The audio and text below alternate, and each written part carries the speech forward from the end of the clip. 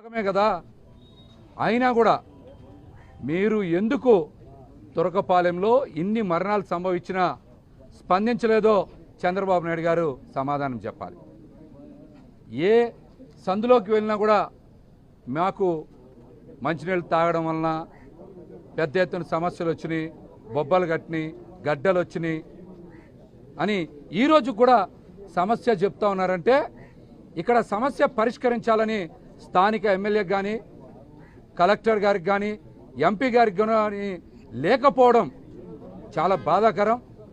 వారికి ఓట్లు వేసినటువంటి ప్రజలందరూ కూడా ఈ రోజున బాధపడుతూ ఉన్నారు.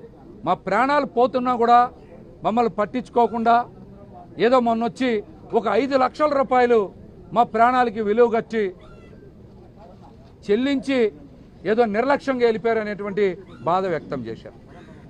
ఇవన్నీ ఒక పక్క నుంచితే